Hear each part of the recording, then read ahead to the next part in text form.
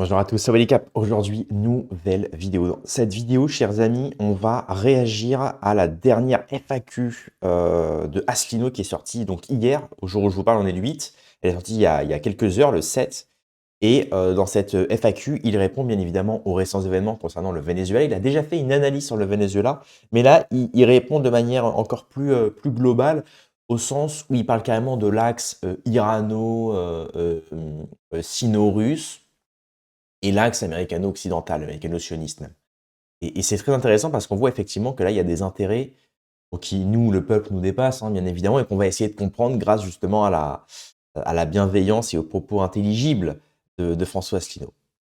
Avant de commencer la vidéo, bien évidemment, je vous incite, chers amis, à mettre un petit pouce bleu et à vous abonner. Je ne prends pas plus de temps pour vous le demander, mais voilà, vraiment, c'est très important, donc n'hésitez pas à le faire pour supporter la chaîne. Allez, on va commencer avec la vidéo. Eh bien, écoutez, c'est parti. Trump, il a publié un tweet, je l'ai vu, où il dit « En fait, il n'y a eu aucun plan pour le Venezuela ».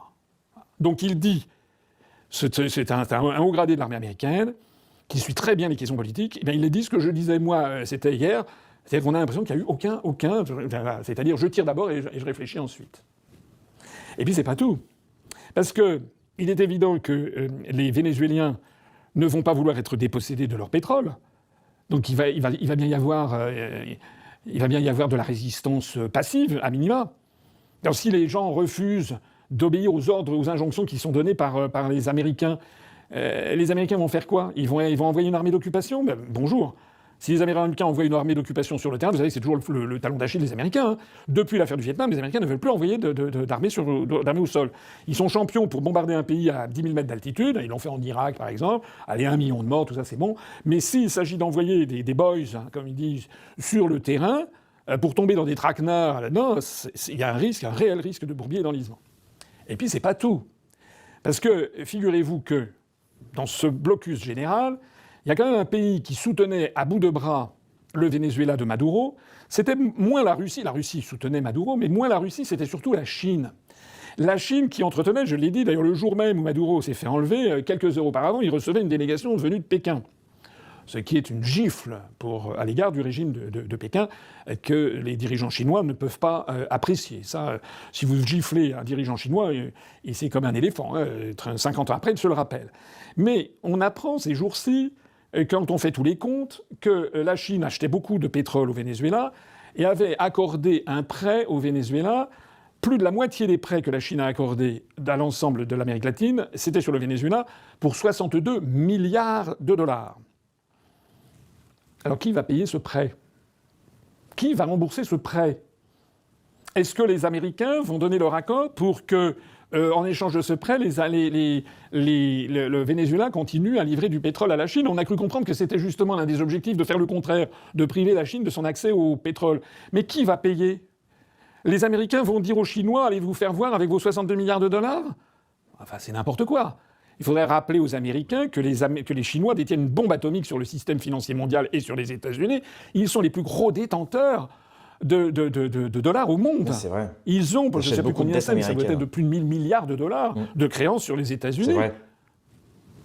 Il a pensé, Trump et son équipe, ils ont pensé qu'est-ce qui va se passer avec la Chine. La Chine, comment elle va vouloir être mystère et boule de gomme. Voilà. Alors aujourd'hui, on ne sait pas où on va. On voit bien que c'est une espèce de happening. Voilà. Le régime continue. On ne sait pas. On ne sait pas.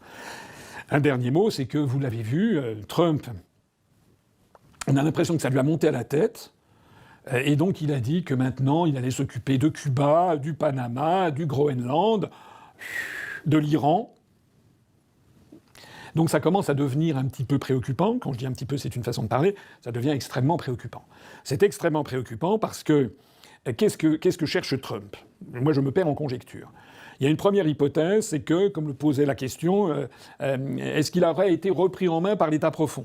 Il est vrai que la présence du directeur de la CIA lors de l'opération de kidnapping, d'enlèvement de Maduro, ça a été organisé par l'armée américaine, les commandos Delta et la CIA. Donc, ça donne l'impression que la CIA et son directeur, récemment nommé, seraient revenus en grâce. En revanche, on n'a pas vu Tulsi Gabbard, qui est une proche de Trump et qui, justement, est en délicatesse avec ses propres services de renseignement. Donc, est-ce que c'est Trump qui a été pris en main par les services de renseignement ? Deuxième hypothèse, est-ce qu'il y aurait derrière tout ça un billard à plusieurs bandes, ça a été beaucoup évoqué par certains analystes, et qui est qu'en mettant la main sur le pétrole du Venezuela, les Américains s'assurent d'approvisionnement en pétrole au cas où il y aurait une crise mondiale majeure sur cet approvisionnement en pétrole. Et donc beaucoup d'observateurs ont regardé vers l'Iran, puisque le régime de Netanyahou en Israël n'a pas fait mystère, il l'a d'ailleurs annoncé à plusieurs reprises qu'il voulait aller frapper de nouveau l'Iran.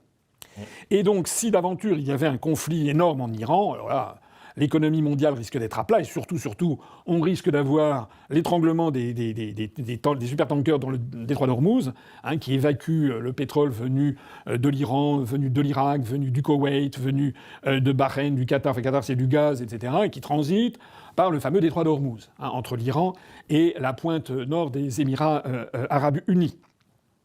Et donc certains disent les États-Unis survivront à une crise pétrolière majeure parce qu'ils auront mis la main là-dessus. Et à cet égard, certains font observer, ce qui est tout à fait exact, que Trump a reçu la veille de son opération, lorsqu'il a déclenché l'opération, il a reçu la veille ou l'avant-veille, Netanyahou en personne, le Premier ministre israélien, à Mar-a-Lago. Donc certains disent qu'en fait, c'est sur demande israélienne et qu'il y a une espèce de connivence entre Trump et Netanyahou pour intervenir en Iran, laisser bombarder l'Iran et donc s'assurer que les Américains continueront à avoir du pétrole. Nous, là-dedans, l'Europe, on est vraiment KO, on est vraiment les dindons de toutes ces farces. Voilà. Ce qui tend à accréditer aussi cette affaire, c'est l'affaire des émeutes sporadiques qu'il y a en Iran actuellement, et qui sont, comme on l'a déjà vu dans de nombreux lieux, qui sont certainement fomentées en sous-main par les services américains, voire le Mossad, qui est assez présent en Iran. Alors certains vont dire oui, mais la situation est mauvaise en Iran, c'est tout à fait exact. Mais enfin, là aussi, les mêmes causes produisent les mêmes effets, c'est-à-dire que l'Iran fait l'objet de sanctions quand même considérables. Donc les sanctions, elles ont pour but, que ce soit en Iran, que ce soit au Venezuela, que ce soit à Cuba, que ce soit en Corée du Nord, que ce soit en Russie, etc. Les sanctions, elles ont toujours pour but de mettre un État à plat et de rendre les dirigeants impopulaires vis-à-vis de leur propre pays. Donc il ne faut pas s'en étonner. Ça n'a pas marché du tout avec la Russie, mais pas du tout. En revanche, ça a quand même un peu fonctionné avec le Venezuela. Ça n'a pas marché non plus avec la Corée du Nord, parce que la Corée du Nord est tenue comme ça. Mais en revanche, ça a quand même marché au Venezuela, où la popularité de Maduro a quand même énormément baissé, et du régime. Mais elle est en train probablement de remonter avec l'opération américaine. Et c'est pareil en Iran. En Iran, c'est exactement le même scénario qu'au Venezuela. C'est-à-dire que les gens protestent contre l'inflation, la vie chère, etc. Mais si d'aventure il y avait une opération conjointe américano-israélienne en Iran, il se passerait d'un seul coup, comme on l'a constaté lors de la guerre des 12 jours récemment, on constaterait qu'une union de la population derrière les mollahs. Comme là, il risque d'y avoir une union de la population derrière le régime chaviste, d'une partie de la population. Puisque, comme je l'ai dit tout à l'heure, il faut toujours garder à ces analyses leurs nuances. Voilà, donc ça c'est hyper intéressant, il y a plein de choses à dire, je pourrais pas sûrement tout évoquer, mais d'ailleurs au début de la vidéo, je l'ai pas mis dans la vidéo parce que c'était un peu trop long, mais pareil, à un moment il dit effectivement que le Venezuela est devant l'Arabie Saoudite en termes de pétrole. Bien que le pétrole soit pas le même parce qu'il est plus dur à extraire et qu'il coûterait plus cher donc à produire, mais le Venezuela c'est le pays numéro 1. Et en termes de superficie, le pays est bien plus grand que la France et bien moins peuplé. Ce qui fait en fait un pays dans les années à venir, un pays splendide, quoi. Et un pays avec beaucoup de ressources et beaucoup d'énergie, quoi. Deuxième chose, oui, sur les Chinois, moi j'ai un petit article, je crois que c'est celui-ci, si je dis pas de bêtises.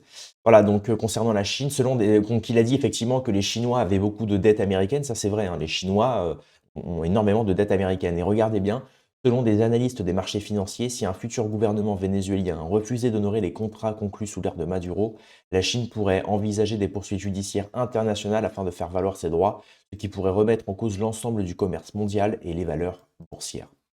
Voilà, donc c'est pas rien. Donc derrière, il y a aussi, vous voyez, les intérêts sont bien plus supérieurs à ce qu'on croit. Et effectivement, il le dit aussi avec la population qui proteste. C'est ça, en fait, le but des embargos, le but en fait, le but des sanctions, même on l'a vu avec la Russie, etc. Le but, c'est de rendre ces pays un petit peu marginaux et surtout que le président puisse s'en prendre qu'à lui-même. Voilà, que Poutine ne puisse s'en prendre qu'à lui-même, que Maduro ne puisse s'en prendre qu'à lui-même. Si, regardez, vous avez refusé de collaborer avec le monde occidentalo-sioniste, donc on vous met des sanctions, on vous met sous embargo. Et donc évidemment, derrière, il y a de l'inflation, derrière les gens s'en sortent plus parce qu'évidemment, bah, quand tu n'as plus aucune importation, exportation, bah, tu es un peu bloqué. Tu n'es voué qu'à toi-même et tu ne progresses plus, tu ne produis plus assez, et cetera. Tu n'industrialises plus assez, et cetera, et cetera. Donc forcément, ça rend le président impopulaire naturellement, comme tout. Même si le président, il a un beau sourire, il est content, et cetera. Bon, bah, si sa population peut plus se nourrir, forcément, ils vont protester contre lui. Et donc derrière, comme ça justifie que les Américains disent: «Bah, regardez, si vous voulez, on peut intervenir, hein. On voit que vous protestez, votre président ne vous écoute pas». Bah oui, mais bon, le président, il ne peut pas faire grand-chose puisque c'est vous-même qui avez mis les sanctions. Donc ça, c'est vraiment le jeu, malsain et vicieux de l'empire, états-unien, j'ai envie de dire. Donc écoutez, bah, voilà, on verra, les news à venir, d'ici quelques jours. Peut-être qu'on aura encore du nouveau, mais c'est hyper intéressant. Donc, n'hésitez pas à vous abonner à la chaîne YouTube. En ce moment, on fait pas mal d'actu concernant le Venezuela. On en apprend tous les jours. Donc, restez bien sur cette chaîne YouTube. Et puis moi, je vous dis rendez-vous dans quelques heures ou à demain pour une prochaine vidéo. Paix et amour sur mes amis et mes ennemis. Et surtout, surtout, sur mes ennemis.